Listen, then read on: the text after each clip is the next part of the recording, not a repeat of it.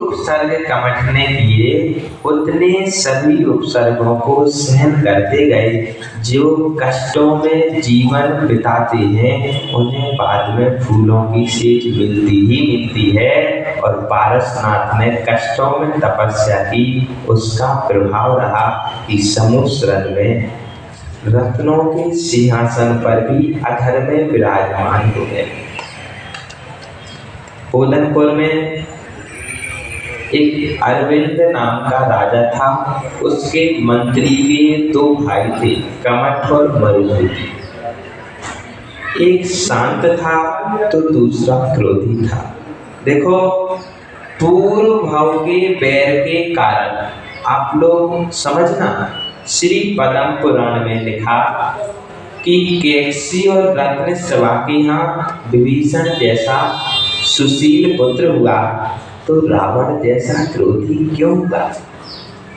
तो वहां पर लिखा कि रत्नश्रवा और कैकसी का दोष था क्या वो पापात्मा थे?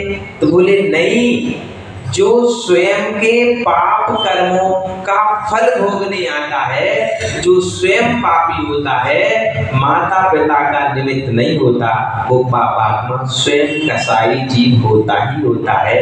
इसमें रत्नश्रवा और कैकसी का कोई भी दोष। माता पिता तो अपना काम करके दूर हो गए। अब जो जैसे भावों की संरचना करता है उसके साथ कैसे ही भावों की परिणति चलती है, कसाय करता है तो उसका भी फल भोगना पड़ता है। और शांत परिणाम रहते हैं तो उसका भी फल अवश्य मिलता है। एक लोहा एक वही तलवार बनती है और उसी से ढाल बनती है। तलवार क्या काम करती? बोलो तो। काटने का, मारने का। और ढाल? जीव वही है, जीव में कोई अंतर नहीं है, जीवात्मा वही है, लेकिन काम क्या कर रहे हो यह विशेषता होती है। हमारे घर में एक कहावत चलती थी, हम छोटे से सुनते आए हैं, बोले कैंची मत बनो सुई बनो। बोले ऐसा क्यों?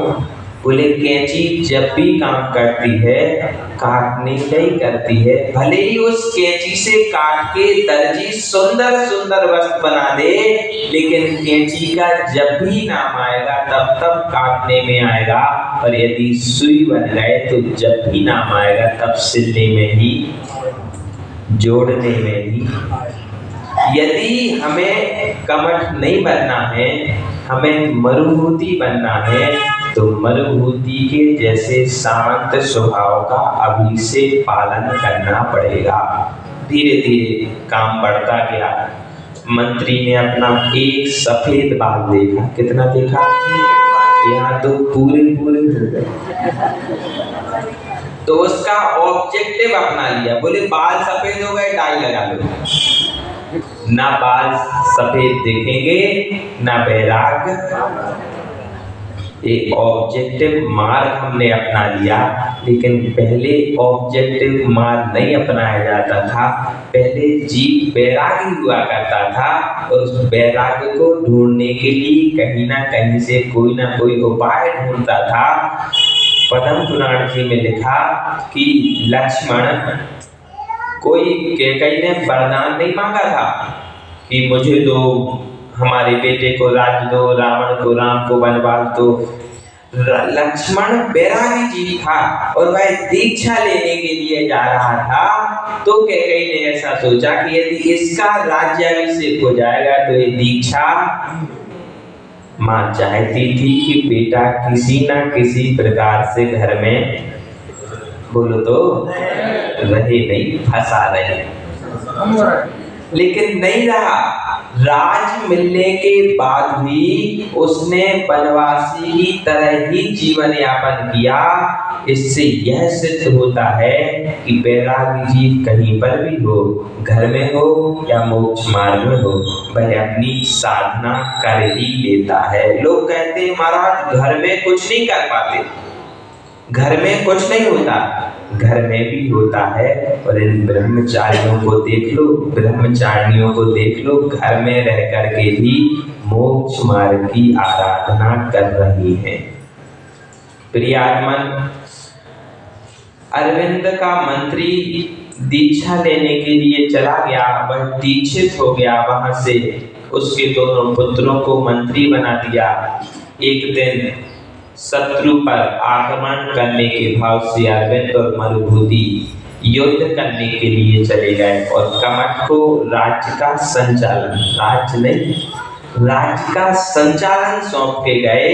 लेकिन दुराचारी, यदि छोटे व्यक्ति को बड़ा पद मिल जाए तो वह अभिमान में चूर चूर हो जाता, और बड़े व्यक्ति को कितना भी बड़ा पद मिल जाए लेकिन वो लघु ही रहता है।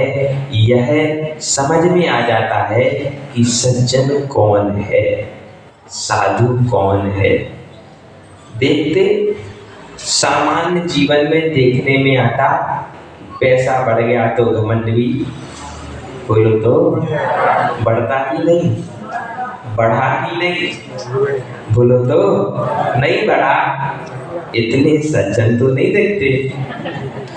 समझना कि संपत्ति भले ही कितनी भी बढ़ जाए लेकिन अभिमान नहीं बढ़ना चाहिए, तब तो संपत्ति की सार्थकता है। और संपत्ति के साथ साथ अभिमान बढ़ गया तो समझना कि नीचे के लिए मार्ग खुलता चला जाना। बंद होता ना रास्ता, ताला खोल दो, गेट खोल दो तो रास्ता, फिर उसे साफ भी करना पड़ता। ऐसे ही रास्ता स्वच्छ नहीं हो जाता, झाड़ू लगानी पड़ती। अब तो टाइल्स लग गए तो पोछा लगाना पड़ता, पहले लीपना पड़ता था। समझना कि हम जितना अभिमान कर रहे हैं उतनी धूल पर गोबर डालते चले जा रहे हैं और अपने लिए नीचे का रास्ता साफ। कहाँ जाना? अरे बोलो तो, कहाँ जाना? ऊपर की नीचे? फिर समझ लेना, देखो आपके हाथ में दोनों काम है। आज मुकुट सप्तमी में, मुकुट सप्तमी बहुत आती, लेकिन जिस सप्तमी को निर्वाण हुआ उसी सप्तमी को मुकुट सप्तमी कहा। इसका मतलब यह है